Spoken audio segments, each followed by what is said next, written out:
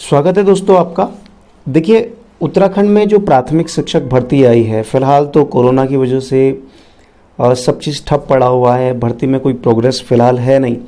लेकिन एक सवाल जो बार बार कमेंट सेक्शन में या निजी तौर पे मेरे से पूछा जा रहा है स्टूडेंट्स द्वारा, या जो इसके एस्पिरेंट हैं, जो उम्मीदवार हैं जिन्होंने आवेदन किया है इस भर्ती में, कि टोटल कितने पद हैं, किस किस जनपद में कितने पद हैं, क्या जो समाचार पत्रों में 2600 पद दिए गए हैं वो पद सही है, इस प्रकार, और बैकलॉग के कितने पद हैं, इस प्रकार बैकलॉग अगर हटा दें तो सामान्य भर्ती के कितने पद हो जाते हैं, इस प्रकार से टोटल जो भर्ती के पद हैं, इस प्रकार से क्वेश्चन पूछे जा रहे हैं। तो इन प्रश्नों का उत्तर लेके मैं आपके सामने हाजिर हूँ, ताकि कोई कन्फ्यूजन ना रहे और आप अपना अपना हिसाब लगा सकते हैं भाई किस विषय में मेरा चांस पड़ सकता है या नहीं पड़ सकता, क्योंकि मारामारी बहुत है इस भर्ती में और पद काफ़ी ज़्यादा हैं। तो इस प्रकार टोटल हम देखेंगे आज कितने पद हैं। तो पहले हम जनपदवार देख लेते हैं, फिर कुल पदों की संख्या देखेंगे और उसके बाद किन जनपदों में विज्ञप्ति नहीं आई है, क्या विज्ञप्ति आने के चांसेस हैं, और बैकलॉग के कितने पद हैं टोटल, इन पर बात होगी। अब हम जो बात कर रहे हैं आज उत्तराखंड प्राथमिक शिक्षक भर्ती 2020, जो नवंबर दिसंबर में जिसके पद विज्ञापित हुए थे, उसकी बात कर रहे हैं। ठीक है, तो सबसे पहले अगर आप देखेंगे तो चमोली में जो सबसे ज़्यादा पद हैं वो 369, सेकेंड नंबर पे है चमोली सबसे ज़्यादा पदों के मामले में। 369 पद हैं चमोली में। उसके बाद जो उत्तरकाशी का नंबर है 273 पद हैं टिहरी के पदों की अगर संख्या की बात करें। रुद्रप्रयाग में 200 पद हैं। पौड़ी जनपद में सामान्य भर्ती की मैं अभी बात कर रहा हूँ, यानी जिस पे सभी फाइट कर सकते हैं, 94 पद हैं। पौड़ी में बैकलॉग के भी पद आए थे, उस पर अलग से चर्चा होगी। अल्मोड़ा में सबसे ज़्यादा, राज्य में 2200 पद जो आए हैं, सबसे ज़्यादा पद जो आए थे अल्मोड़ा में आए थे। 418 पद अल्मोड़ा में विज्ञापित हुए थे। पिथौरागढ़ में पदों की संख्या 220 है। और इसके बाद जो बागेश्वर है, बागेश्वर में 200 पद विज्ञापित हुए थे और चंपावत में 67 पद विज्ञापित हुए थे। तो इस प्रकार ये सामान्य भर्ती के पद हैं।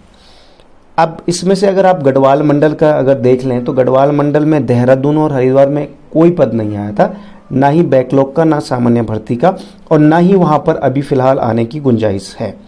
ठीक है, हो सकता है कि हरिद्वार में आ सकते थे, लेकिन हरिद्वार में भी चांसेस नहीं है, तो क्योंकि वहाँ पे सरप्लस शिक्षक चल रहे हैं, अर्थात शिक्षक ऑलरेडी जितनी वैकेंसी होती है उन पर भरे तो हैं, उससे ज़्यादा भी हैं, क्योंकि अब ये मैदानी जनपद है तो पर्वतीय क्षेत्रों से सभी लोग यहाँ पर सबकी चॉइस यही रहती है।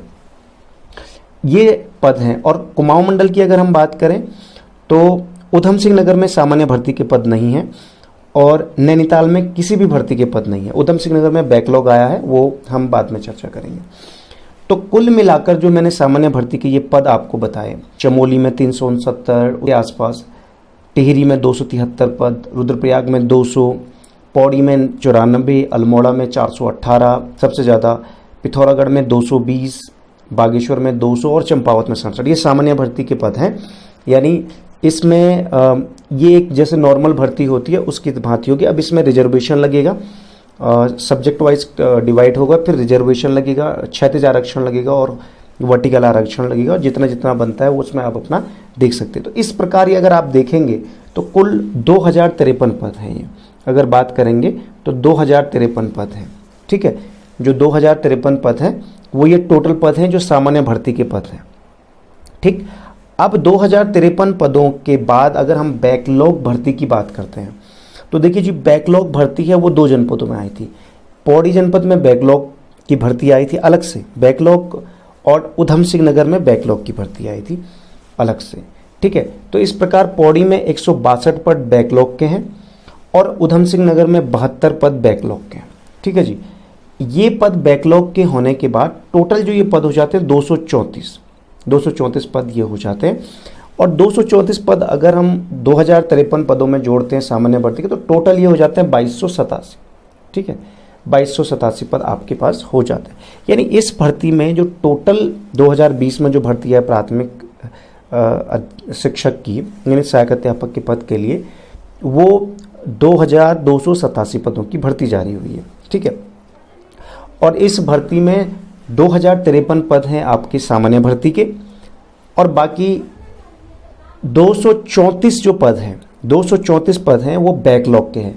अब बैकलॉग के जो मैं 234 पदों की बात कर रहा हूं, उसमें बस अनुसूचित जाति के पद हैं, यानी अनुसूचित जाति के अभ्यर्थी को ही उसमें मौका मिलेगा। बैकलॉग का मतलब ये होता है कि जो पिछली भर्ती आई होगी उस भर्ती में बैकलॉग जो एससी या एसटी के जो अभ्यर्थी या ओबीसी के जो अभ्यर्थी रहे होंगे आरक्षित वर्ग के, उन अभ्यर्थियों के उम्मीदवार न मिलने की स्थिति में या तो उनको आगे की भर्ती के लिए कन्वे किया जाता है, यानी वो आगे बैकलॉग बन जाती है नई भर्ती के लिए।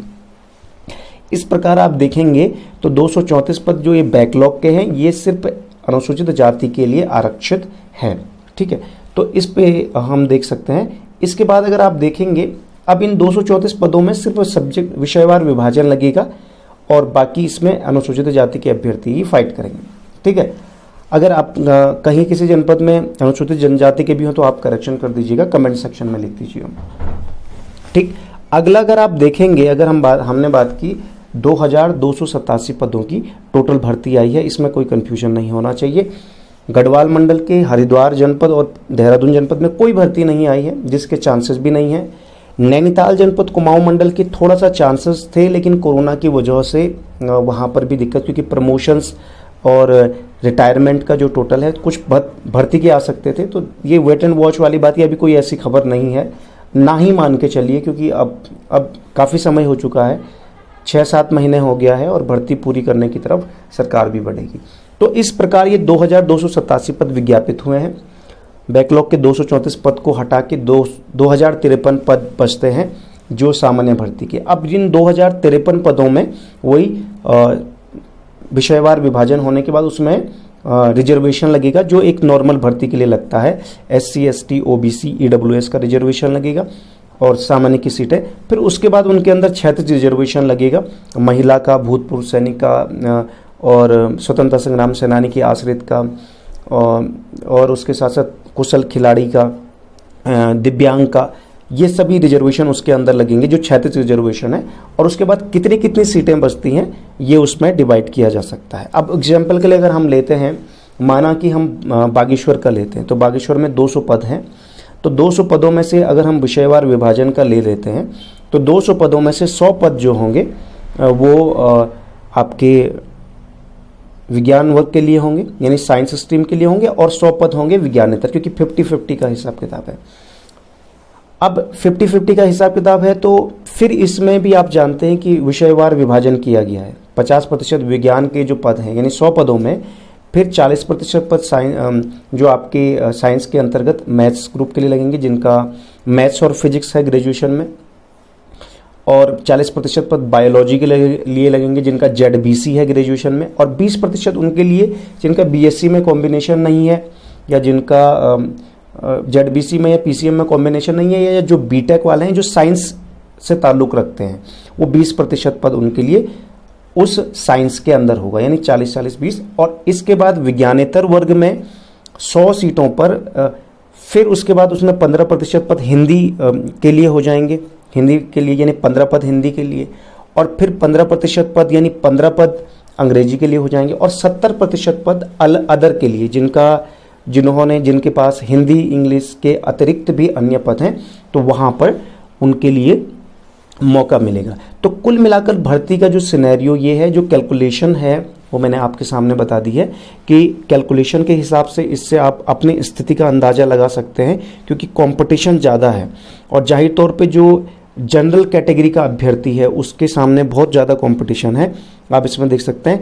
इसमें जो सबसे ज़्यादा फ़ायदे की अगर हम बात करेंगे तो बैकलॉग में जो अभ्यर्थी हैं, क्योंकि डीएलएड के जो अभ्यर्थी हैं आरक्षित वर्ग में कम ही पाए जाते हैं, तो बैकलॉग में उनके एडजस्ट होने के बाद या बैकलॉग की भर्ती के बचने के बाद उनको बैकलॉग में भी चांस मिल सकता है जो आरक्षित वर्ग के अभ्यर्थी हैं, और जो सामान्य भर्ती में जो पद बचेंगे उन पर उनको मौका मिल सकता है। तो कुल मिलाकर आप इसका अगर कैलकुलेशन देखेंगे तो 2287 पदों पर विज्ञापन है और एक अच्छा चांस है। और जो भी एस्पिरेंट है जिन्हें लगता है कि हमारा सिलेक्शन हो रहा है ना, बहुत सारे अभ्यर्थी ऐसे होंगे जिनका तो कंफर्म होगा, और जो और अभ्यर्थी हैं जैसे बीएड के अभ्यर्थी हैं या किसी और स्ट्रीम के अभ्यर्थी हैं या अन्य राज्यों से डीएलएड किए हुए अभ्यर्थी हैं, या जिनको भी लगता है, या उत्तराखंड के डाइट से प्रशिक्षित जो अभ्यर्थी हैं या शिक्षा मित्र, जिनको भी लगता है कि हमारा इसमें नंबर आ सकता है, तो वो लोग वर्तमान में सोशल मीडिया के माध्यम से भी कैंपेन चला सकते हैं। इसके साथ ही साथ जो अगर शिथिलता आती है, जो कर्फ्यू में शिथिलता आती है आने वाले समय में जून के माह में, तो जोर डाला जा सकता है, क्योंकि ऑलरेडी जो एक कैलेंडर जारी किया गया था उस कैलेंडर पर अब प्रश्न चिन्ह लग गया है। तो इन तमाम चीज़ों का ध्यान रखते हुए यदि आपका कोई सवाल है इस भर्ती को लेके तो कमेंट सेक्शन में कीजिएगा। और अब ये सवाल तो ना ही कीजिएगा कि मेरा होगा कि नहीं होगा, क्योंकि वो उसका प्रेडिक्शन तो बिल्कुल थोड़ा मुश्किल हो जाएगा। लेकिन ईमानदारी से इसमें कहना चाहेंगे जो आरक्षित वर्ग के अभ्यर्थी हैं, चाहे वो बीएड के हैं या किसी भी वर्ग के हैं और जिनको इसमें अवसर दिया गया है, तो उनके अच्छे चांसेस हैं।